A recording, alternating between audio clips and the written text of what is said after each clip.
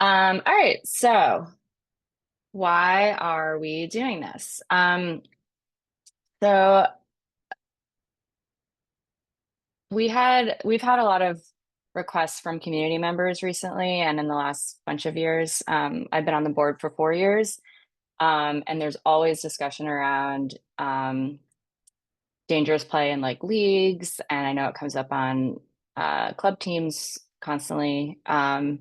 And someone recently reached out who had a experience with a dangerous play that resulted in a concussion and suggested like why don't we have more community dialogue around this, and I thought that was a great idea. A lot of discussions I've seen around um, dangerous play in ultimate has occurred on Twitter, um, sort of in Reddit, different like online written dialogues, but not a lot of in-person back and forth dialogue or even people like explaining their experience learning about how to play with better body control. So I hadn't really seen much of this kind of thing. So then we thought, why don't we just try and create one to start this kind of dialogue? And of course, this can't be fully comprehensive. Like there's so much to talk about on this topic in Ultimate. So yeah, this is just kind of the beginning. Um, Logistics. This is being recorded, so if you don't want your face to be shown for whatever reason, please put your camera off. Um, and a kind of overall trigger warning, there are going to be some videos of collisions and injury that some of them resulted in injury. Um, so we're going to do our best to kind of say ahead of time, like this is a dangerous play. So if you want to like look away, you'll hopefully be able to do that in time. Um, but yeah, just putting out there, there will be videos shown of dangerous plays today. Who is here today? First, I'm BCAP, she, her, hers. I'm the board president of DiscNY New York and a player in the New York community for the last 15 years. I myself have had two pretty bad, one very bad concussion and one mild concussion playing Ultimate while I was playing on Bent in the women's division. Um, and actually, it's a reason why I started to stop playing as much. So this is really personal to me. I care a lot about preventing injury. And I've worked with Erwin and Rena both on that, both for my concussion and just general like building muscle to brace for impact. So that's my personal connection. And then each panelist will introduce themselves as we go. But I've played with and against all of these people and like really respect them as people who, you know, care a lot about the game and growing as people and like making mistakes and then taking accountability and getting better at it. So I thought they'd all be great people to talk today. So this is our schedule. We're going to start with Gary, who is a USAU observer, to give us kind of the definition. So we're all working with the same definition of what dangerous play is, according to USAU right now. And we'll see some examples, video examples there. And then Erwin, who used to work with the New York Empire, is going to show a case study of a dangerous play. Like kind of this is why we need to be caring and talking more about this, is like really bad concussions can happen and bad injuries. And then Rena's going to talk about what you can do to avoid injuries from impact, because they are inevitable in our sport, even if there aren't dangerous plays. And then we have our three players, Aki, Sam, and Chris, who are all going to talk about their own experience thinking about body control and defense. And then we will have a Q&A. We're not going to do kind of questions after each person just so we can get through everyone. So if you have questions, you can put them in the chat, and Colin, who is our operations director, is going to be like managing the chat. So if you have a question you think of, you can put it in, and if you also have that question, like put a thumbs up so we know that's like a really important question to get to in the Q&A. Okay, with no further ado, we'll start with Gary. All right. Hello, everyone. My name is Gary Delia. Some of you, I recognize a lot of you. Hopefully, a lot of you recognize me. Played, I learned to play Ultimate in the City. Uh, Played club for Unlimited Swipes and Blueprint. Played captain and commissioned in the Brooklyn leagues. I coach currently for high school of math, science, and engineering. And most relevantly, I'm here because I'm a certified USAU certified observer. My goal today is to help you understand the dangerous play rule, how the USAU interprets it, and give you a few examples of how that might look in live action. So to start, what is a dangerous play? Recap if you can go for one slide. Okay, so the USAU defines a dangerous play as actions demonstrating reckless disregard for the safety or posing a significant risk of injury to fellow players or other dangerously aggressive behavior. This includes, but isn't limited to significant collisions with a mostly stationary opponent, jumping into a group of mostly stationary persons, diving through or around a player that results in contact to that player's back or legs, running without looking when there's a likelihood of other players occupying a space, wild or uncontrolled throwing motions, initiating contact with an airborne player with an airborne player's lower body in a way that prevents them from landing, or jumping right in front of a sprinting player in a manner where contact's unavoidable. Again, this isn't exhaustive, but this is a few key examples. I think it's important to note as I list those examples out, none of those focus on player intent. They are solely focused on the action and the outcome. Um, and my understanding is that is intentional. There should be no stigma for someone making a dangerous play call. It's not an indictment on the player who's considered the offender in that case. It's not an indictment on the caller. You're not soft for making a dangerous play call. The goal is that we make those calls as a comment on the play that occurred and not about your fellow player. By making those calls, we help everyone identify. Sorry, one of my cats wants to start in this. Uh, by making those calls, we help each other identify behavior and reinforce the expectations of safe play, and we help people be thoughtful about their strategies and keeping potentially dangerous situations from actually becoming dangerous. On the next slide, IBCAP, please. Okay, so to quickly just talk about some of the major changes from the 11th edition rules.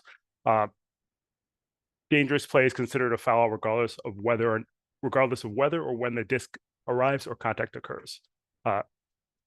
This means you don't necessarily need physical contact to call a dangerous play. That said, the value of dangerous plays will involve contact between players. The requirements for making that call is that you who makes the call needs to be reasonably certain that contact would have occurred had you not taken steps to avoid it. To be clear, again, reasonably certain is a high standard, possibly is not high enough. Another caveat for this is if the offending player stops, changes their path such that contact would not have occurred, that contact was not reasonably certain and therefore is not a dangerous play. That said, it is always okay to make a call, have a conversation, and you should do this on every call. You should be having a conversation with your opponent, make sure you both understand each other's perspectives, and reevaluate what happened. Along with that, there were some clarifications on how the outcomes of those calls get resolved. So if it's uncontested, the calls was resolved as an analogous call. So let's say the disc is in the air and you're fouled and a dangerous play occurs as you're attempting to make a reception, you would treat that as if it was a receiving foul. Finally, this is important for observed play. Any upheld, uncontested, or observer-initiated dangerous play calls will result in a personal misconduct foul and the resulting penalties that come with that. Okay. As we move to the next few slides, I just want to show a few examples of plays that have happened and quickly just discuss what happened in that play, why it was or wasn't dangerous, and just high-level ideas on what we could change to make that better. So in this first play, we have a team in pink and a team in white off of a dead disc. The player in pink here at the center of the screen checks upfield, sees open space, cuts towards it. Player in white thinks they have them beat to the space, makes a play on the disc. In slow motion, they do get to the disc first, but this was called a foul and a dangerous play. Reason being, while white made a play on the disc and made the call that we often hear, I got to the disc first. That's irrelevant. If you are jumping in front of a sprinting player in a manner where contact is unavoidable, that is a dangerous play. And if your path to the disc requires you to go through a player and make contact with their back or legs, again, that is a dangerous play. If we move on to the next example, this is a different, the next example is a different scenario, but very high stakes. This is a national final. The team in white is on defense. Most of the action will happen towards the top of the field. Team in white is on defense, down a point, and the next point that's scored against them will result in them losing the national championship. Here, I think, is a good example of making an aggressive defensive play, recognizing the space, and stepping out of it. So if we play this through, we'll see this player in white towards the sideline, check the space, recognize the cut that's happening, the space it's going to, react, make a move towards that, quickly recognize I'm not going to get there in time, and make the smart choice to step out of the way, make sure that the other player can catch it safely, and then get back to playing defense. So I just wanted to point that out as a good example of how to take a potentially dangerous play, potentially dangerous situation, and make sure it stays safe. In the next example, on the next slide, we have a different example of a play I don't love to see. It's a little bit understandable what happens here. As we look here, this player in white in the end zone is split between two offensive players, both attacking similar space in the end zone. They do a good job of closing down one cut and then recovering to space.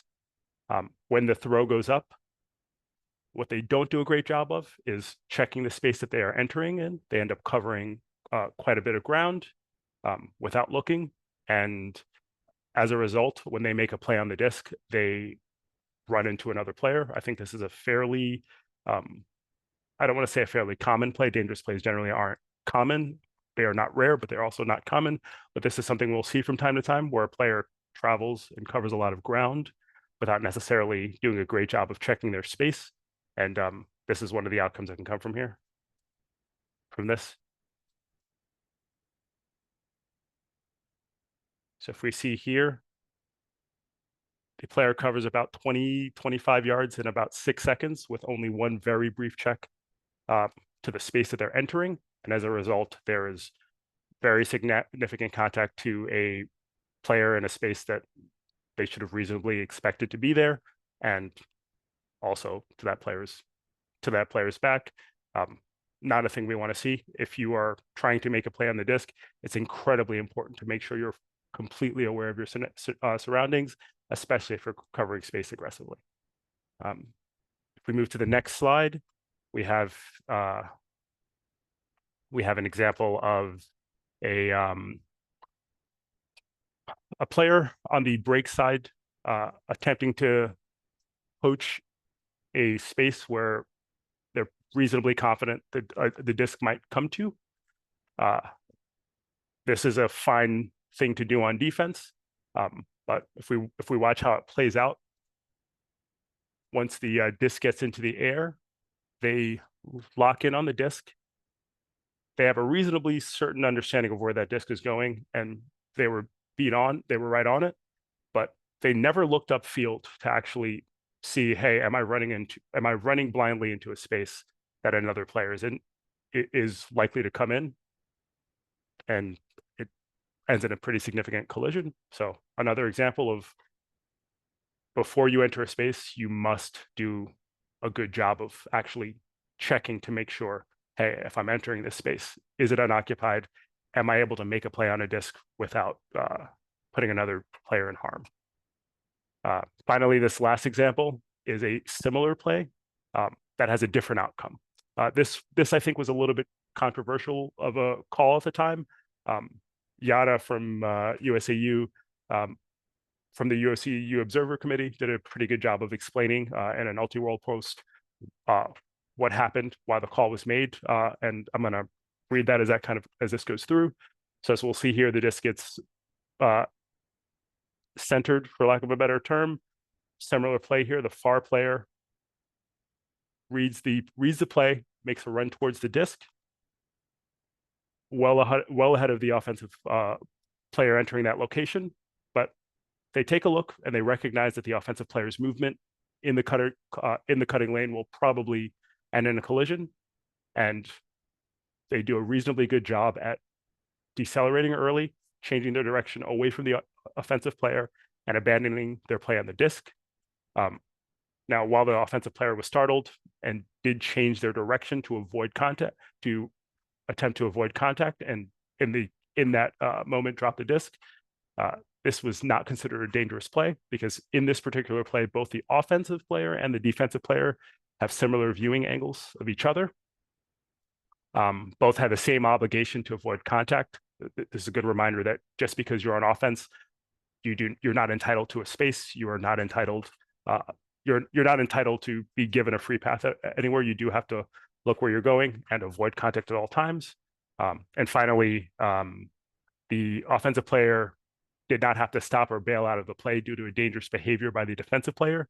The defensive player had already adjusted their movement to be non-dangerous and to eliminate or limit the contact that occurred. So therefore, this is not a dangerous play. It's not a receiving foul. It was just a turnover. So hopefully those few examples help demonstrate how that play would be looked at from an observer. I just have a tiny context question, Gary. Thanks for all these examples. Also, can people see the video? Like, is it playing well? Okay, just like put in the chat if it's like choppy or not. You can't see it. But Gary, I was just wondering, like, why did the dangerous play, like, what year did the dangerous play enter the USAU rules, if you know off the top of your head, or like what caused this to become like written? So I actually don't know what year the dangerous play rule was added to the USAU rule book. I do know in 2020 was when the change in how it was written in the rule book and how it was enforced was added. So right before the pandemic, the intent there was to clarify language, clarify responsibility, and also to make it clear that contact is not required. You do not need to take a hit to make a call. So that was added in 2020, but I'm not sure of the overall history. Okay. Yeah, and I'm sure there's more questions on that. But so if people have questions, like you can just throw them in the chat now. We're gonna get through everybody and then come back, or write them down, and we'll ask Gary at the end. I know I have more questions, but let's keep going. Thank you so much, Gary. Okay. Oops, whenever I click, it plays the video. All right, next up is Erwin. Take it away. Hi, everybody. My name is Erwin Seguia. Him, one of the co-founders of Match Fit Performance.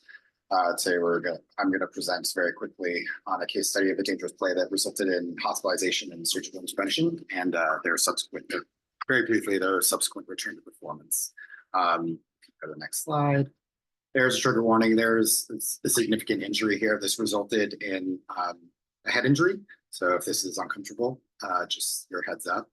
Go to the next slide, BCAP. If you can fast forward to 30 seconds, or like 20 to 25 seconds, that would be probably the best view.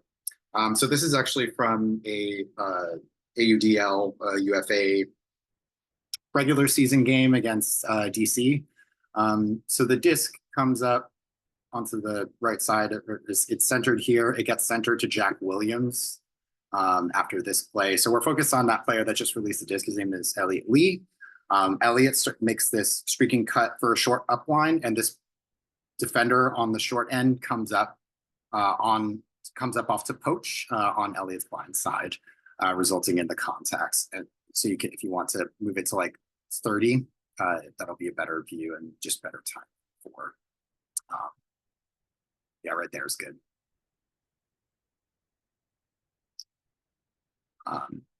Cool.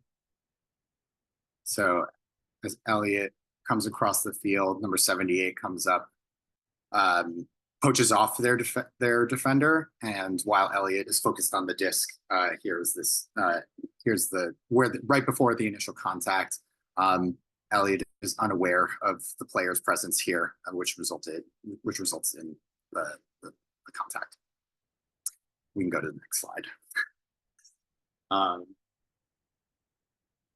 So, I mean, for me and a lot of the players after Rena and I are going to speak on, like the defender poaches off on the cutter's blind side, and from my point of view, where we're looking at the defender and the attacking player, the defender has a decision to make, and the other end for the attacking player is their awareness and this is a skill that we talk about with our athletes, especially coming back from a head injury, building in a skill set to,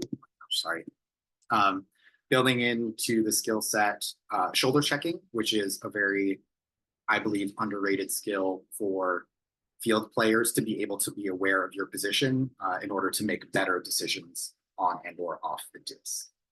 We can go to the next slide. So what happened after this injury, this athlete had to be pulled from the game immediately. They actually ended up going into same-day surgery to have a brain decompression. They actually suffered from a brain bleed. So what this resulted in was 9 weeks out total. So they were 4 weeks non-activity, followed by 5 weeks of rehab, where Rena and I guided their return to play in a gradual progression. And we were able to get Elliot back for championship weekend with the Empire in the semifinal against the Indianapolis Alley Cats. And so what we end up looking at is in this gradual progression is how can we slowly return players back into sport without spiking their symptoms, and also making sure that they feel confident and safe with those specific things that I discussed in the prior slide in terms of feeling comfortable shoulder checking, being aware of their position, and being able to feel confident and safe when they are playing. Sure, that's a great question. We could talk about that in the questions after. But yeah, that's very briefly my small case study presentation. Yeah, I think the key that when I heard about this play, like this player could have died, like just making it plain, this is like really scary. Like in Frisbee, like a dangerous play can result in that, like a brain bleed. Like that's really intense. And I remember being really scared when I learned about this. Yes. A good reason to have physios on hand. Okay, next we will have Rena.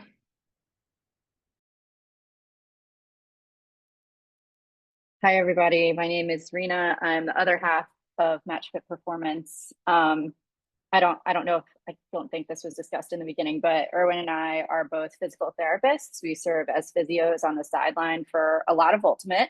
I have served as the director of sports performance for New York Gridlock for the past couple seasons. We kind of made it a co-position as the team got off the ground and started. So as the director of sports performance, I'm responsible for the general physical preparedness of the team. I'm on the sideline making sure that the players are healthy and ready to play. I write the strength and conditioning program, and then we also do some rehab for the team. So what I'm going to be talking about today is general physical preparedness for Ultimate and how that relates to being able to avoid injuries, or because injuries are a bit inevitable anytime you play a sport, how it can reduce how being physically prepared can reduce the impact of an injury on your overall season or playing career. Next slide, please. So for general physical preparedness for ultimate, a lot of times we see that decision-making becomes affected, especially as players get tired. So you're in a marathon point, or it's late in the game, or it's your last game of the day, and decision-making gets affected because simply you are tired. And that makes sense. You've played a lot. It's a very high intensity sport.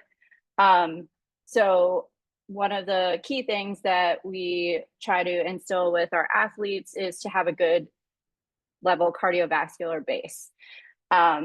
Secondly, we advocate for having adequate mobility and flexibility, mobility in your joints, flexibility in your muscles. So for things like, this can help just in general with playing, like stepping out, sprinting, but also when you're trying to avoid a dangerous play, being able to move and cover more ground becomes very helpful. Having a good strength to body weight ratio. So a lot of ultimate athletes who we work with are relatively new to strength training. Their gym maturity or training age is quite low, just meaning how many years you've been involved in a formal strength training program. And while there aren't real like tests that we would say determine what good strength to body weight ratio is, some of the things we think about is, okay, what is someone's ability to do a full push-up, or what is someone's ability to do a pull-up? Like a pull-up is like, if you can do more than one pull-up, that is like you are way over the curve. But that is something we strive to get our athletes to, because it is a good measure of, okay, how strong am I relative to my body weight. Another quote unquote test is like how well you can do a single leg squat or a split squat on each side. So that tells us, okay, you have a good amount of strength in order to move and control your body weight. Because if you don't, and let's say your body weight, you can only do a squat once, like your body weight is your 1 rep max squat, then you're working really hard to be able to move your body in space. When you're sprinting, the forces on your joints and in your knees or in your lower body can go up to 5 or 6 times your body weight. So being able to support yourself with strength is something that we hammer home a lot with our athletes. Next, the ability to accelerate and decelerate in short periods of time. So this requires power. So how fast you can develop force in your own body. And as we've seen through the video so far, the ability to be able to change direction in order to avoid a dangerous play is super helpful, really important. And then lastly, repeated sprintability. So we did talk about aerobic conditioning, but also your ability to sprint at potentially your top speed repeatedly after very short periods of rest is basically your entire sport. So you should be able to do that really well. Next slide, please. So how do we develop these physical qualities? So in order to develop a good cardiovascular base, I know a lot of people, they think you try to play a lot and try to use that as your cardio. I would say that is important, and being able to play often is important to develop your skills and play with different people. But being able to have a good cardiovascular base also comes from doing low intensity cardio. So we recommend doing low intensity cardio 1 to 2 days a week, and this is all outside of playing. And it doesn't have to be running. In fact, we encourage people to do different things like biking or rowing so that it's less impact, especially if you're in season and playing a lot. In order to gain adequate mobility and flexibility, stretching is important, but also strength training and your full ranges of motion. in the fitness world and fitness social media, there are a lot of myths floating around where people say you only have to train that you can only train this way and this is optimal and you should never go past 90 degrees or knees over your toes or whatever. And we believe that if you have good strength, good mobility and good flexibility, you should be training within that whole range that you possess.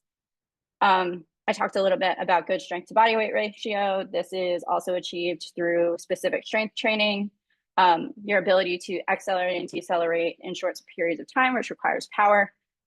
This is achieved through strength training, but the intention is different, meaning that you are, instead of just lifting heavy all the time, which is not something we recommend, except in a very specific part of your year.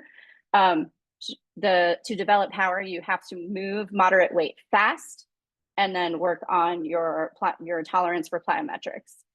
And then lastly, repeated sprint ability. This comes from playing, but also having a sprint conditioning program is what's going to help you be able to play longer at your peak performance. And I forgot to add all of this in. I forgot to add this last point into these slides, but one of the things that we focus on a lot with our athletes is also adequate nutrition while you're playing.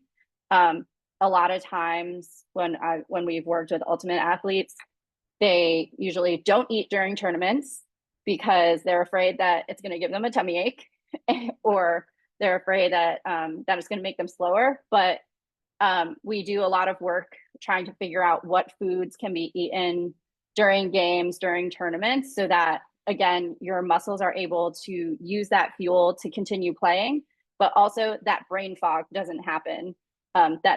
Like if you're playing and you're hungry, like bad decisions are going to happen. So in order to continue to stay in the game, we also do a lot of work with in-game nutrition. And that's all I have. Thank you. Thank you, Rena. Okay. Moving right along. Yeah, and if you have questions as you go, you can throw them in the chat or remember them for the end of this. Okay. Next. Oh, wait. Rena, you have one more slide.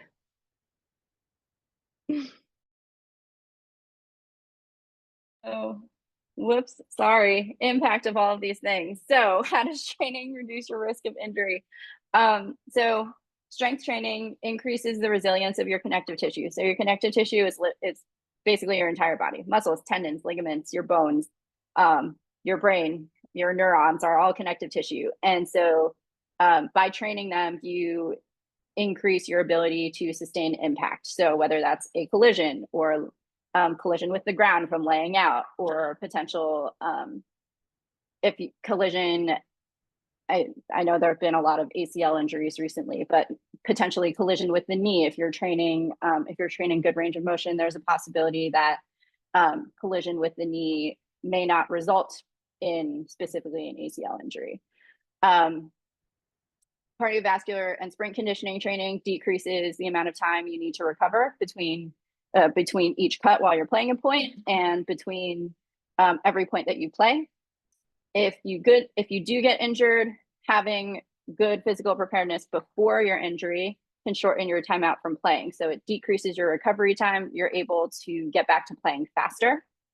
And specifically in reference to head injuries, there is some research that might suggest that stronger neck muscles and upper body muscles can potentially decrease the risk of concussion, or more specifically, the whiplash symptoms, the tight neck, the headaches due to tension in the neck. So it can potentially help decrease some of those post-concussion symptoms. Now I think I am finished. Thanks, Rena. Yeah, and just my own experience, both my concussions were late Sunday in tournaments, so that goes along with your tired play, increases risk of injury. All right, next we have Aki. You want to introduce yourself, Aki? Sure. Hi, everyone. My name is Aki. I have played Ultimate for over a decade, and I have played on a bunch of different teams, including New York Bent. I've also played on Brute Squad and Scandal, Underground, and I still play on Revolution, which I've played on for over 10 years as well. And I play at a bunch of more fun, not club places, like I've played on Rainbow Brigade and in the Continent Tour, and at a bunch of fun tournaments that I'm sure many of us have gone to with all of our friends. So have been in various levels of like competitive types of environments with Ultimate Frisbee. I also coach NYU, co-coach NYU Purple Rain. And so thinking about player safety as a player and a coach is something very important to me.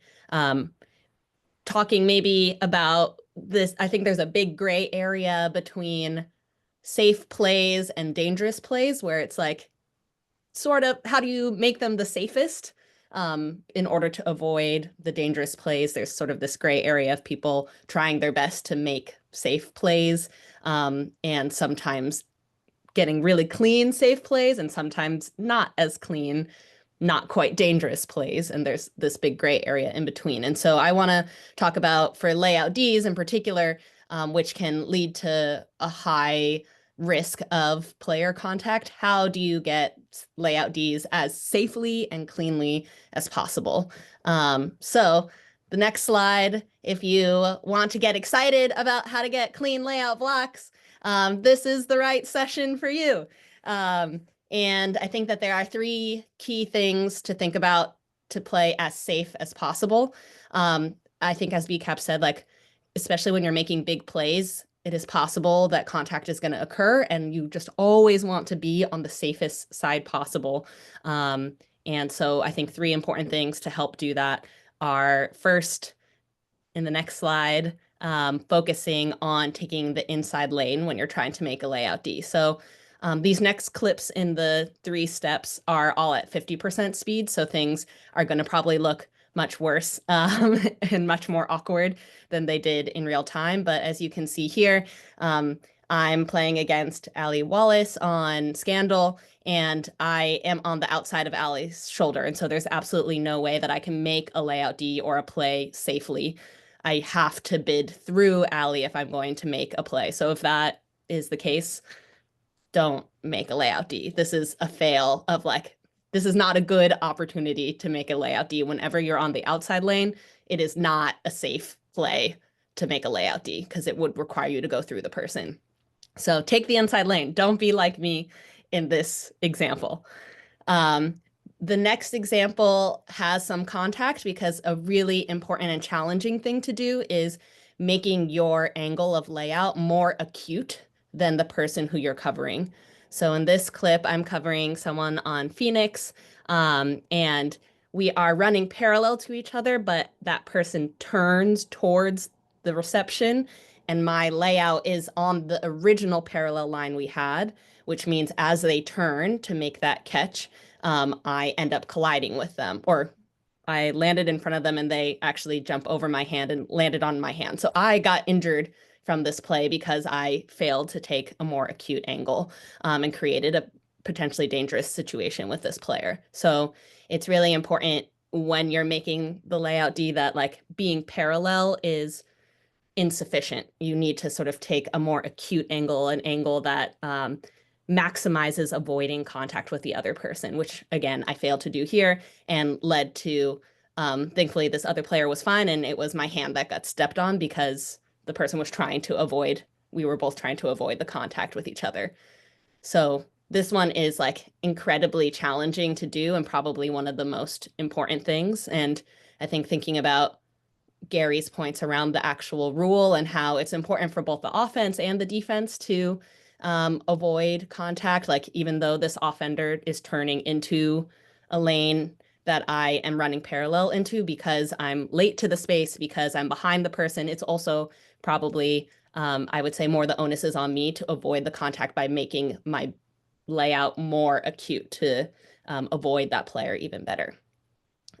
So last step which is sort of related to this clip, is to bid earlier. So in this one, I take the inside lane, but I am late and I am just on the ground and the person has caught the Frisbee, and at least my angle was more acute, so I don't clip their ankles or anything. I don't make unreasonable contact with their legs, but I have no chance of getting the D because it's late. So at least with step 1, taking the inside lane here, and step 2 of trying to make my angle more acute than the other person, I avoid any contact. So those 2 help make it really safe. But without the third one of going early enough, you're going to have a nice looking bid, but come up empty handed with the D for it. So those are in this one specific situation of how to get safe, clean Ds in potentially high contact, high risk contact situations. My 3 go-to recommendations are take the inside lane, make your angle more acute to avoid that contact, to take the onus on yourself as the defender to avoid that contact, and go early. So with that, hopefully you will get many, many clean, no contact, incredibly safe layout Ds in order to keep yourself uninjured, your opponents uninjured, and also get Ds for your team. So that is it from me. Thank you, Aki. It's so helpful to see all the examples, and appreciate you showing like things that you worked on and improved on, and some of the I guess bad examples. That's helpful for me, definitely. There are some questions for Aki, but we're going to keep going and then we'll get to the question just so we don't fully run out of time. Thanks, Aki. Now moving on to Sam. Hello, I'm Sam, they, them. I currently play for New York XIST. I have played for New York Gridlock. I grew up in the city, learned how to play here. I also coach a high school team, and I coach for DiscNY's youth club program in the city. So in and around a lot of different levels of Frisbee. I still see a lot of the same dangerous plays at every level of the game. I think a lot about how to coach them out from the beginning, because I've seen kids get injured in the same way as adults have, and it's really scary. Anyway, scary part aside, kind of coming off of what Aki was talking about, I think a lot about how we end up in situations to make blocks or to get blocks. I think the biggest thing that people think a lot about, especially as they're learning defense, is how can I create opportunities to get a block? How can I myself bait it? And I think what a lot of people end up learning is that a lot of times you end up having to take what you're given, right? Versus creating opportunities for yourself. So, and again, it's different per matchup, per game of the day, per time of what game you're in, who else is on the field, everything shifts. So first thing I'm going to talk about on the next slide is sort of what it takes to bait one of the kind of blocks that Aki is talking about, which can be a run through, it can be a layout. And I think we think a lot of these in the underspace. We can bait blocks in the deep space as well. And I know Chris is going to touch on that a little bit, so I'm going to leave a lot of that out. But baiting blocks or bad choices from throwers relies on a few things. One, you have to be able to reliably create a window that you know you can safely close in the way that Aki is talking about, which requires you need to understand how your own body works in terms of speed, in terms of change of direction. You have to have at least some level of understanding about how your matchup works in those same things. And you have to be kind of constantly aware of where you are on the field. Where are we going? How can I encourage the flow to move in a direction that's to my advantage? So this first clip, I'm going to come from off screen on the right, and I'm guarding someone on Austin Torch. She comes under, turns to the break side, and a throw goes up that I'm able to intercept. Reasons that this works, and BK, you can slow this down if you want, because it happens fast. She's making an open side undercut. I know at this point in the game, there are 15 seconds left on the clock. I've played on this person, or matching up on this person for a few points. I know that my closing speed is faster than hers, so I'm able to make that assumption.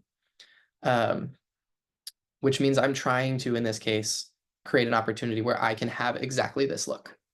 So when she's making this initial cut, I know she's coming to the open side. I know I have defenders in that under lane that are ready to jump out from the handler layer. So I'm not so worried about it. But the second she makes this turn, I know that I'm going to get a block. I already know before the throw goes up, and that is the only reason I commit once it goes up. I know based on a few things. One, I can see that the cut path that she's taking actually takes her both wide and deep of me, so I have a clear path through the underlane. Two, I know at this point of the game that my ability to close through that underlane and clear out of the space will be faster than her ability to change directions to the throw if it goes up. And three, I've done my homework ahead of the game, and I know that the torch handler is going to put this throw up into what looks like an attractive space, but is actually a much smaller window than it looks like. The throw has to be perfect to work, and the thrower and the cutter have to be on exactly the same page. So from right here, as soon as she turns the corner deep, I have the block in my brain. And those kind of matchups, we think about it as like these examples of how to get blocks. They're very rare, depending on the level of the game you're at. It is less and less often, the more you play, that you're in a situation where you're playing at your level that you can bait these out of people. It relies on playing some tricks on people, essentially, which morally, meh, getting blocks for your team, usually pretty good. The other thing that I think we think about a lot, and then this is the next slide, or that I think about actually more than this, is how to take advantage of situations that I'm given. So a lot of times I end up actually, the way XIST plays defense is a lot of team-based stuff, and it creates a lot of pressure that gives us opportunities to sort of back each other up. There aren't a lot of situations where we're trying to bait blocks at specific matchups, but we are trying to create situations in which the disc goes up and someone can help out, or the disc goes up in an imperfect way because other options are not there. So sometimes your job isn't to create these situations and prey on people who you know you can clear through, but to take what's given to you. So this clip, XIST played Team Canada this summer at US Open. I'm guarding on the right of the screen, player named Mika Kurahashi, who is a huge deep threat for that team. My job for this entire game was to keep her out of the deep space, sit on her back hip, contain her to being a thrower. So limiting her to what is her less comfortable option. And this starts with me essentially chasing her around the field. So we can play for a little bit of just XIST trying to funnel the disc into spaces that are to our advantage, make this team get tired and bored on offense and put up something that's to our advantage. We get the disc over to the sideline. And again, this sort of wonky throw goes up that sits in the air a little longer than it should. And I'm able to get a hand on it. But that's not a situation that I'm creating myself. That is a situation that the team defense is forcing. We're forcing back into the middle of the field. This throw, again, has to be perfect. And I know from the time it goes up that I can hit it. I can see a clear path from myself to the disc, without making contact with Mika, because this was something that TC had asked us to avoid. They thought we were being a little too heavy with arm bars and stuff like that earlier in the game. So I'm also making the analysis of, can I get this with running through? No, because I'm going to have to turn through this person to do it, who is on a path parallel but under me. But this throw is out in front of both of us enough that if I can get a step, I might be able to get it over the top. Both of these require, again, the same understanding of what your body is physically capable of, and an understanding of who you're playing against. Then the third clip I have is a similar block to this one, but just to the point that each matchup is different. This is not a baited block. We can just play it through here. So XIST is playing slow. I'm coming from off screen again because the camera avoids me. But this is something where they're operating out of a side stack. My player comes under and wide to the break side. And again, the throw goes out in a way that I know I have a play. This one, the calculus was a little different though, and this isn't a great angle of it, but we're pretty much shoulder to shoulder as this happens. I am reaching pretty much under and through her, and we're essentially leaning into each other. There wasn't contact that affected the play. We talked about it after to make sure that we both felt okay with it. But this isn't to say, I guess, that every single safe block you're going to get is going to be nobody makes any contact with each other. There's no any possible way that I think one could call something. It requires communication. It requires an understanding and communication about the gray area that Aki was speaking about as well. As I'm coming through this, in my brain was going, is she going to call this? I don't think so, but I could see why someone would. Where in the Team Canada game, I think this probably would have been called because there was a little bit of a clip of our shoulders. But this is a matchup I have known for longer. So we have an understanding of the way each other plays. And it dictates how you play, and it dictates what windows are acceptable and how you can reshape your own windows sort of to your advantage. But a lot of this is being opportunistic. This is taking advantage of what goes up in the air that you know you can have a play on without making dangerous contact, without being the problem, essentially. And I think a lot of people, as they're learning, are trying to think, how can I get a block? How can I create a situation? Especially at the youth level, I see this where people peel off because they think they have a play. And I think trying to shift as you're figuring out how you play defense, how can I take advantage of what there is and what my team helps create for me, in most situations is going to be an easier way to end up getting blocks. And it's why you see across a lot of D lines, the blocks shift from game to game and even from like tournament to tournament, who's getting them, because different people are creating opportunities for other people to sort of clean up the trash, if that makes sense. I think that's all that I had. But yeah, be careful of how you're going through people. Know that you can make the block before you go. And understand how your body works. Please and thank you. Thank you, Sam. Wow, I just learned a lot. That's awesome. Thank you so much. Our last presenter is Chris. Great. All right, go ahead, Chris. Thank you. Yeah, thanks, Sam. My name's Chris Kocher. I use he, him pronouns. I've lived in New York for the last 10 years and have played on Pony for all of those years, the men's club team in New York. I'm excited to talk about this. It's something like I've had firsthand experience with throughout my career, both being on the side of initiating dangerous plays and being a recipient of people having dangerous plays. So I think it's a really valuable conversation for us to be having and showing examples.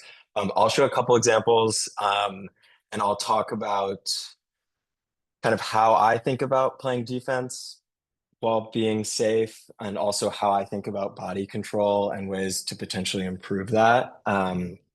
So yeah, just a couple of things to start. Like, sounds very simple, but like understanding where you want to go, and understanding how you're going to get there. Also being willing to like adjust your positioning, adjust the decision you made early, to change your line, I think can often be very helpful. And then we'll touch on some of like how I view it. I'll specifically be kind of focusing on deep D, but I think it can be related to other things. So this is an example of probably the most dangerous play I've ever made in my career. Because this length at the Eventually right gets spot. that. So we'll see this. Okay, so this is me in the front of the end zone. I'm playing defense. It's on the break side. It floats over my person's head, and you can see what happens. I sort of just pancake them. Not ideal. I think this was honestly something like I learned a lot from. Like this moment, this was in the finals of U23s back in 2015. I felt really bad. I felt very guilty. It was one of these situations where like it just sort of happened. I didn't realize like it wasn't my intention to like lay out onto this person's back. It was like very much a reflex. And I think that's something I have worked to change as I've gotten older, is like you can kind of see like I dive, I realize I don't have a chance. I like put my arms up, but it's like very much too late to make a change there. So being much more intentional, like it is important to be intentional throughout the defensive process. Like as the disc goes up, it can't be something you are just trying to deal with in like the moment you are trying to make a play. With that, I think we often think about body control, like someone with good body control is someone who can lay out in a really effective way and like, maneuver their body in some wild way to avoid contact at the last second. And I actually think body control is much better. It's better to think about body control in the time leading up to like the actual play. So like looking where you're going, understanding your positioning on the field, understanding where the disc is going to be going to ultimately avoid a situation like this. So BCAP, you can go to the next slide. You can also see in this one, like I don't look where I'm going. It's like the disc goes up, I just sprint to the spot that I think it's going to go, but don't look at all of like what's happening with the offensive player. So this is a better example where the disc goes up, I see where I want to go, and I actually look into that space. Gary touched on this a lot, but I actually think this is a really important point. So it's kind of hard to see there, but as this disc goes up, they might show it in the replay recap, but as this disc goes up, I like check to the space that I want to go into, especially that it's like back shoulder to make sure that no one is there. So you can see like I'm checking to see where this person is. There's like some contact where we're like shoulder to shoulder, but I'm conscious of like where he is, and then I can find that space and then ultimately make a play through the space I want to get to. So yeah, I think that's the main thing I wanted to talk about with that. You can go to the next one, BCAP. So this next one is also a deep play.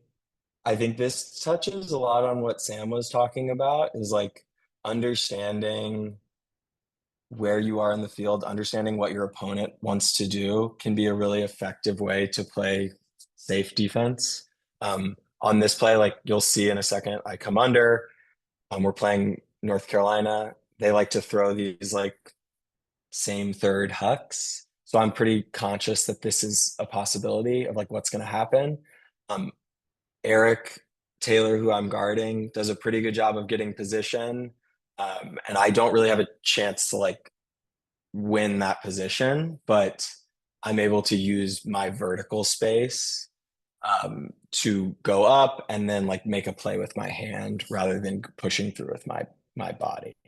So the main points I want to make when I think about body control and like how you can get better at this is around field awareness and the ability to read the disc. And I know we don't always think of that being tied to body control, but I think often like you can avoid dangerous situations if you have a strong grasp of these two things, of like where you are on the field, where other people are on the field, where the disc is going to go, and making sure you're not entering spaces blindly. So I think those are kind of the three components that I think of when I'm playing defense, is that I don't want to go into this place without knowing like where I want to get to and how I'm going to get there. And also understanding where other people are on the field. So yeah, I think that is all I have. Really, really helpful. Yeah, and it's nice to see some deep D, because that's where a lot of especially fouls get called. And I don't think fouls were called on either of these plays, right? So that's a good example too of non-contact. Okay, so we're at the Q&A. I'm gonna just quickly look at the chat. Unless Colin, do you feel like you have a sense of a question that you want to call out? I was just going to go back in order. Hopefully we can get through all 5 of them. Could we start with the Rena Erwin, because I think they have to hop off really shortly, so if there's any pertaining to them. Sure, I will read. I think there's just one. I'll read it out loud and post it in the chat. Rena, Erwin, is there a way to train our bodies to best handle the impact of landing on layouts? Core stability practice or other neck exercises that can help with head stability? Me? Okay. So I will take this one. So a couple of things that we've noticed with layout, with people who want to work on laying out is first looking at just the general flexibility, mobility of your body. So if your hips are so tight that you're unable to hit full extension with your hips, you're more likely going to land on your knees or not have good speed going into your layout. Secondly is there is a core stability component, but a big thing we also look at is the mobility of your thoracic spine.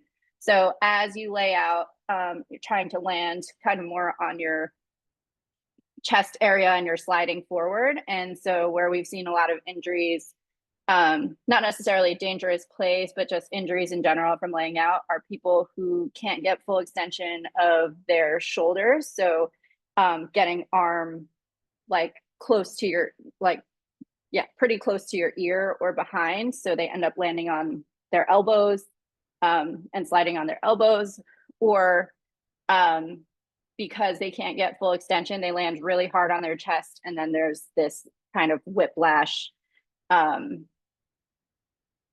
that happens where the head decelerates really quickly forward. And so it causes a lot of tension in the neck. So there are some neck stability exercises that you can do. So one thing we like is called a neck plank. And so you basically just have the back of your head lying on, I mean, you could do it between two benches or you could do it with your feet on the floor, but you're basically with the back of your head on a bench and you're just kind of in a solid plank. And what you should feel is just activation of your all the muscles in your back and especially the back of your neck. So that's a really good one for stability. And then generally working on your upper back muscles. So doing things like rows, Ys, Ts, anything to work on the muscles between your shoulder blades. When we've introduced those into people's programs and they start laying out more, those tend to help a lot with just being able to handle the impact of laying out. Erwin, do you have anything to add? Nope. Awesome. Are there any other specific Rena, Erwin questions, Colin? Oh, actually, yeah, there was somebody was asking about shoulder checking. Correct. So the people chimed in, but definitely wanted to just confirm that. So when I refer to shoulder checking, not as in a striking thing as in hockey, but it's a skill. I guess the term is usually used in soccer, which is most of my background, but being able to check over your shoulders or like over a certain period of time so that you can understand how plays on the field are developing. And that skill as a base or a foundation can also help with field sense to help you understand like where players might be moving, which again can inform you into how you can make better decisions. Thank you. Cool. Thanks so much, y'all. Colin, what's another top question? Yeah, we can jump back to the one I accidentally posted above. So I'll read it out loud as a morals question versus what the rules say. Should all the onus be on the defense, or should the offense have some responsibility for throwing into a dangerous space? In one of the examples from Gary, a defensive player still pulled up to a centering pass and the offender dropped it, and it was a turnover because the ruling was a dangerous play. In this instance, the defense was punished for avoiding contact. Do we think the turnover should have stood? So just to clarify, in that particular play, if I'm thinking of the correct one, which is the San Francisco, New York play, the offensive player dropped the disc and called for, made a foul call, saying it was a dangerous play. That dangerous play call was overturned. So the defense was not punished for avoiding contact. The turnover stood. With the idea being both players had equivalent right to the space. and the defensive player made the safe decision to get out of the way and avoid contact. As a moral question, I think there's a responsibility for everyone on the field to be thoughtful about, you know, what you're throwing into, where you're leading your players to, what you're running into, which is why it's so important to look and assess the field and have good field awareness and understanding of throwing angles, etc.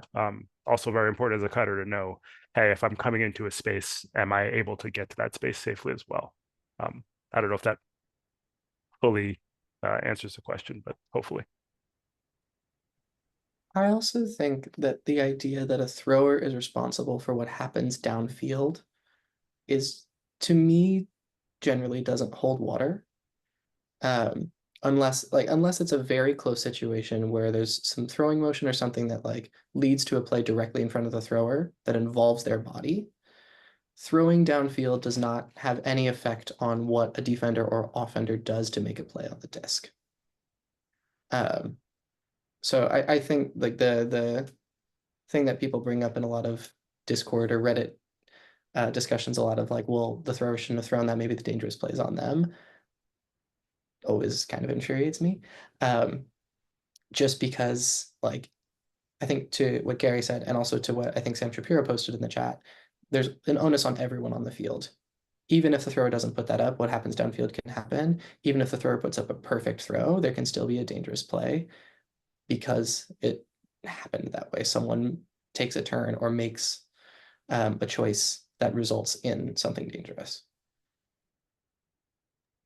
Totally. Yeah, to double down, I think, on something you said, Sam, and to just, I don't know if we're maybe slightly disagreeing or just agreeing at the end of the day. I think it is both like everyone downfield and the thrower's responsibility to avoid dangerous play situations. So like when a thrower throws a hospital pass, like you should be thinking about making that a better throw. Like don't put your opponents in that position where everyone is trying to vie for something that is high in the air and floaty and a bunch of people are going to be piled up under it.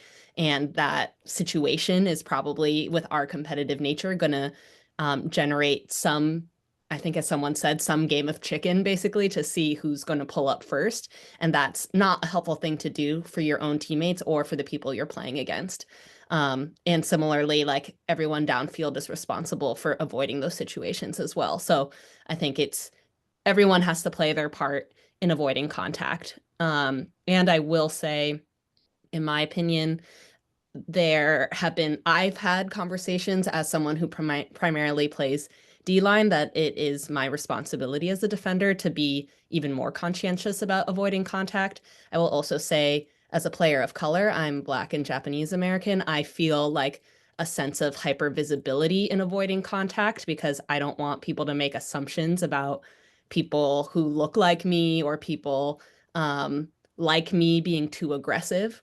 And I don't think that that's necessarily like a fair burden for me to have, but I think that it is also like a reality in our sport where there are lots of biases that oftentimes these responsibilities and expectations do come down harder on certain players. And I feel like I've heard conversations about this and experienced it myself as a player of color, in particular a Black player. I feel like I've also heard this from teammates and friends who are trans who are playing, that there's just like a lot of expectation and responsibility and sort of like the talk that we have around avoiding contact, especially being our responsibility. And so I think related to that, I do hope that everyone also takes it on as their responsibility to both avoid contact, avoid dangerous situations, avoid also like our own internalized biases from appearing in like the kinds of calls we make and like our willingness to have contact with other people and like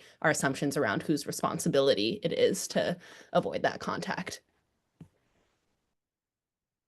Yeah, thanks for bringing that up, Aki. We could have a whole Zoom around bias and foul calls and ultimate for sure.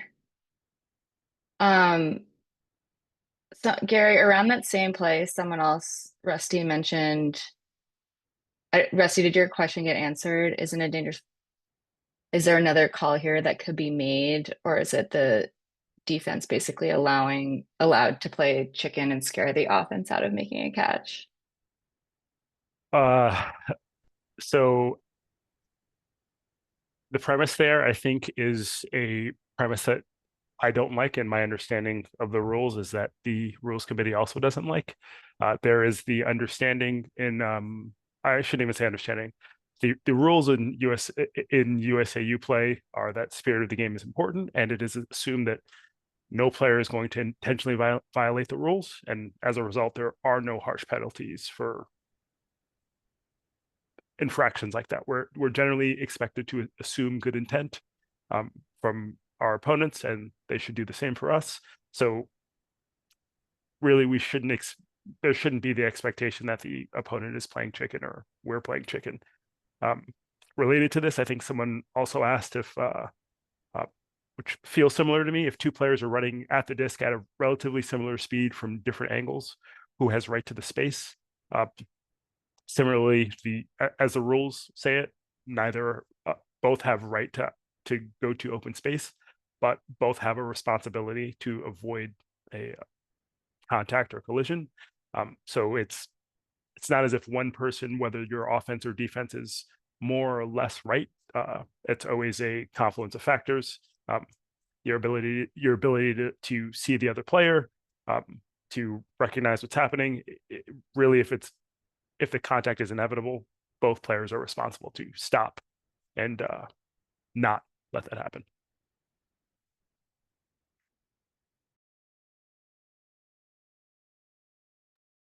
Sorry to hop in again, but I think, Gary, something I think about in relation to this is like no player is intentionally probably playing that game of chicken, but we're all very competitive. And so at what point do you decide to like release the situation, or like at what point do you decide, oh, it's better to not risk a 80% chance that I'm going to run into this person versus like a 80% chance of catching the frisbee? Or yeah, like that calculus, I think, is more the intention of the part of the intention of the question.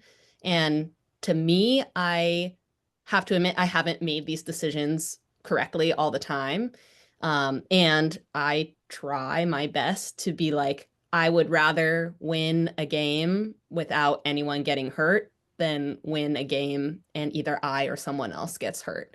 And so if that means we lose 1 point because I don't get the block because I'm not willing to take the extra risk in that moment, or, you know, I don't catch the disc because in that moment I'm not willing to take the extra risk of harming the defender, then that's worth it to me. Like I remember in one of our games against Phoenix this year, like there was a floaty throw to me, and upon reflection, I could have like turned into Lindsay Sue's lane to make it impossible for them to make a layout D on me. And they made instead a very clean, beautiful layout D against me because I decided not to turn into their lane and like sort of trusted both of our body control to have that be safer play was like more important to me than that one possession. Totally. And while you're here, Aki, we have a question for you. How do you practice making those split-second decisions accurately and not risking safety in the process of learning the skill of laying out defensively? So how do you practice this? Yeah. Thanks for everyone listening to me talk so much. But I think that's a great question. I think, again, it goes back to my idea of like, I would prefer to value safety over just getting the D for the sake of getting the defensive block, or like risking safety for the sake of my practice of laying out. And so I would say like the practice things, especially for like an in-cut laying out, I think Sam gave like a great example of their play where they were on the outside shoulder and like took the more obtuse angle to avoid contact. But at least for my examples, like taking the inside shoulder and making that acute angle are like the most important parts, especially that acute angle part. And so like if you're going to practice overcorrect of like making your angle so far away from the person so that you can calibrate better from there rather than starting out more aggressively is how I would approach the practice of laying out. Like start with the version where you are forcing yourself to lay out, but you're doing it with the most safe conditions. Even if that means your chances of getting the block are lower, you'll get that practice of knowing the timing with a safer angle, which will give you more information to build up the plays to be safer in the future. So I hope that was clear enough. But I guess my TLDR is like practice in the most safe, force yourself to lay out still, but do it in the safest way with the safest angle as the priority. I also think like accept the reality that you're going to mess up. For every clip that I think the three of us have shown as players, there are a dozen of us missing or doing something that is inadvisable that none of us pulled, because that's not what we're trying to show. At least in this instance. I like in the last two tournaments have two clips that I look back on as lessons for myself of things that I could have done more cleanly. And I think to the point of learning, like one, you're going to mess up and you have to be able to learn from that, and you have to be able to go back to the mess up and understand what you did. I peeled off the front of a stack at regionals and sandwiched someone, and it resulted in a yellow card. And that is something I go back and I watch every now and then to remind myself why I don't do that. And everyone was okay, and it was good natured. We guarded each other for another day after that because we played each other like 2 more times. But it like is still something that you have to be able to look at. I'm in a very privileged place because I play on a team that has a camera that we film all of our games. I can go back and watch every decision I make when I'm on the field. And I learn a lot from that. If there's film of you, go back and watch it. If you're able to, if there's film of a moment that you know you messed up, go back and watch it.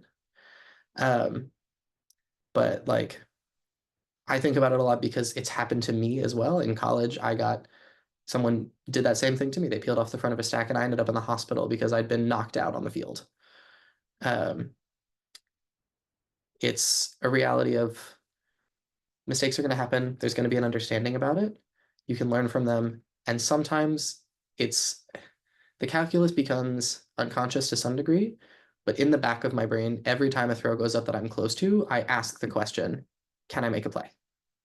And every time I watch it back, anytime I watch close ones back, I look at it and see if I think I could have done something different, even if I got the block, even if I didn't get the block. And that might be because I'm overly self-critical, but that's a different discussion for another time. Yeah, but that's a good point with all of this is like if you're, an ultimate player for a long period of time, like you have to be willing to grow and like look at your mistakes and learn from them. And it seems like all three of you really have done that. I guess maybe Chris can take this next question since, you didn't answer the how do you practice this, but for DiscNY folks and their any messaging to your rec players or teams around dangerous plays with regard to both the rule, but acknowledging that the athletic ability of players can have a bigger gap on rec play, and what does that messaging look like? Maybe this is for me, but if Chris, you have any thoughts on like how you grew as a player, like when you were starting out, like what helped you learn what safe or dangerous play looked like? Yeah, I mean, I don't have any messaging. I think it'll be worth you also answering this, but I can talk through a little bit about my experience maybe in learning this. I mean, it was just like for me, like I started playing when I was probably in junior high, and that's not everyone's experience, but I was like taught from a pretty young age that like it's a non-contact sport. Like you need to figure out a way to play defense without making contact, and that's just like part of the skill set. And I would argue that playing safe defense is not only obviously better for everyone else, but is actually just like a more effective way to play defense. Both in that, like, I think it helps you learn how to play more effectively and like reading the disc and body positioning. And also like, obviously we're talking about like very dangerous plays in some situations, but like even like a reduction by a little bit where it's just overly physical, maybe not dangerous, but overly physical.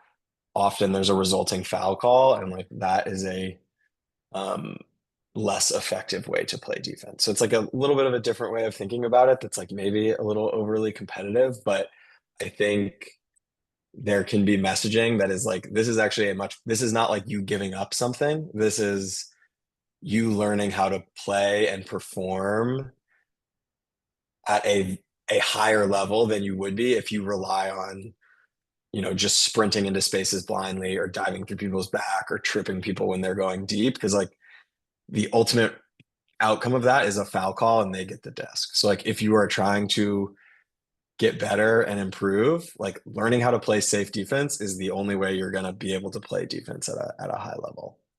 Hopefully that is somewhat helpful. But PCAP, I don't know if you want to add on any like specific DiscNY messaging. Yeah, no, it's a really huge question. I'm noting we have like 1 minute left, so I'm not going to try to solve this whole problem in a minute. But yeah, no, it's like I've experienced that as well. Like when people enter the sport, there isn't really like you don't like take a class in safe play and then you like get your USAU membership and you're good to go. Like it is a lot of just like learning from doing it wrong, which is like kind of scary, right? Like from someone being like, that was really dangerous, and you hurt me. So like I guess what we've been talking a lot about in DiscNY board and staff is like how to work on prevention. And some of that is conversations like this, like seeing examples and learning really concrete things you can do to play safely. And some of that means changing how you play depending on the environment. So yeah, no, that's a huge question. And this workshop is an attempt to start that bigger conversation, like with our community, what we can do with newer players to the sport and how we kind of have that dialogue right when they're entering rather than after something bad has happened. So great question that we have not yet solved. But I'm going to move PCAP, is it into okay if I jump closing. in for a half a second? Yeah, oh, go ahead. Sorry, with the there are a couple of questions in here about dangerous plays on the rec level. And I think one thing that DiscNY has done a really good job in cleaning up, at least since I started playing Frisbee, is the amount of dangerous play that I've seen in leagues and pickups. And part of that was, at least from what I see, is the intentionality of making sure that is a talking point that happens at the beginning of leagues. If I go to Goalty pickup, I can expect a quick 5-minute circle, and it will definitely be talked about.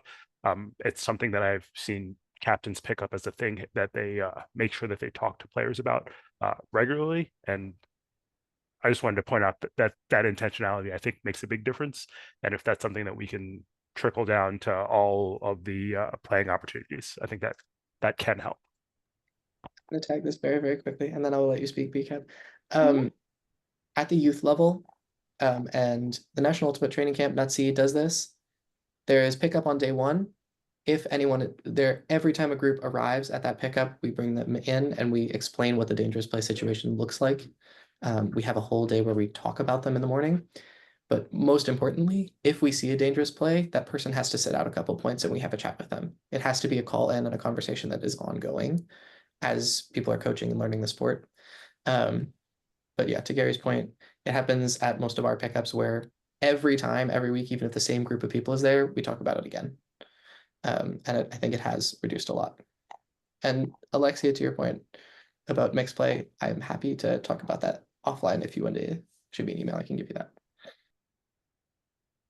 Yeah, I will also echo what Aki put in the chat that I've seen a lot in our leagues in DiscNY is trying to celebrate and acknowledge safe, good defensive plays instead of just working on a shaming situation. And I think that's a really good point that we try to give to our captains. Like we're very intentional about captains in our leagues so that they can, and making sure they understand how to celebrate safe play. And like if something does happen and a player is new to the sport, not just like shaming them and saying they're a bad person, but like explaining what they could do better next time. So we really are careful with choosing our captains and making sure they're pretty well versed in this information. So yeah, it starts from everyone just generally talking about it more, but also like making sure your leaders are all on the same page.